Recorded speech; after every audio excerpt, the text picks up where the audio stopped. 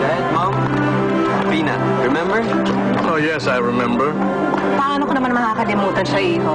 Ako naman, ayos na ayos naman po pala kayo. Natatandaan niyo ako?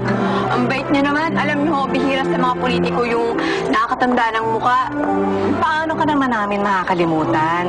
Eh, sinapak niyo ang anak ko. Oh, just kidding. Enjoy the party. Excuse us.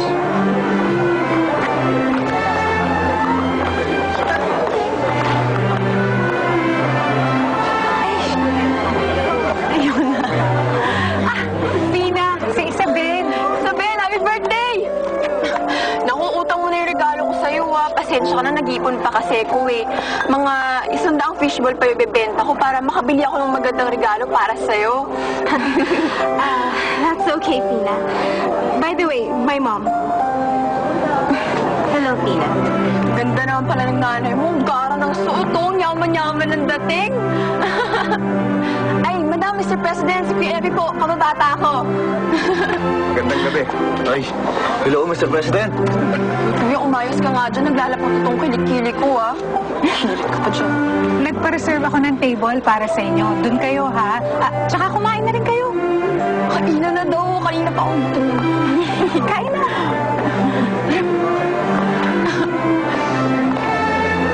Uy, hindi ako makapaniwala. Ang saya-saya ko talaga.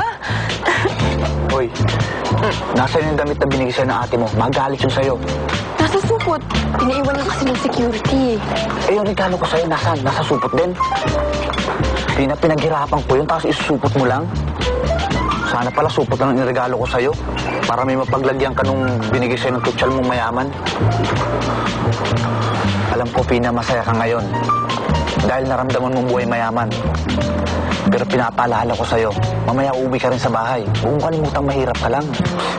Eto naman, sorry na. Hindi ko naman sinasadyang alisin yung headband eh. Kasi bigay ni Jo Marie. Alam ka namang hindi ko gamitin, no? Saka, kuya naman, magpaplay lang ako pag uwi ko sa bahay. Huwag mo lang sabihin kay ate, huwag kang ulpong dyan, ha? Sige, kumain lang tayo. Mukhang sarap ng mga pagkain dito eh. Ha, dayo mo, ha? Oo nga eh. Sana kumasya lahat sa tiyan ko. Malamang sa hindi na ito maulit. Tsaka, masaya ka, di ba? Kasi ang ganda ng mga regalo mo. Timang, totoo talagang masaya ako, no? Hindi dahil sa regalo ni Jo Marie na headband. Nalaman ko kay Madam na kalaya na yung tatay ko. Kailan pa? Uy! Pina, kailan mo ba balak na sabihin sa kapatid mo na nakalaya ng tatay nyo? Habang buhay mo bang ipagkakait sa kanyang ama niya? Ayaw rin naman siyang makita ni Fina eh. Hindi niya na kailangan malaman.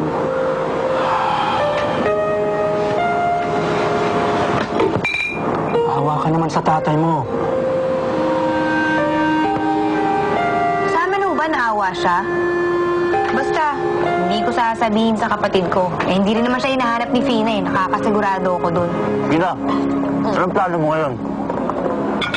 Pag nalaman ni Madam yung address ni tatay, pupuntahan ko siya. Ako, Parang natika. gira yung iniisip mo. Bakit? Tatay ko naman siya. Uy, ang tagal ko na hinintay to. Ang tagal ko na hinintay na magkaroon ng buong pamilya. Hindi ko na to palalampasin, no?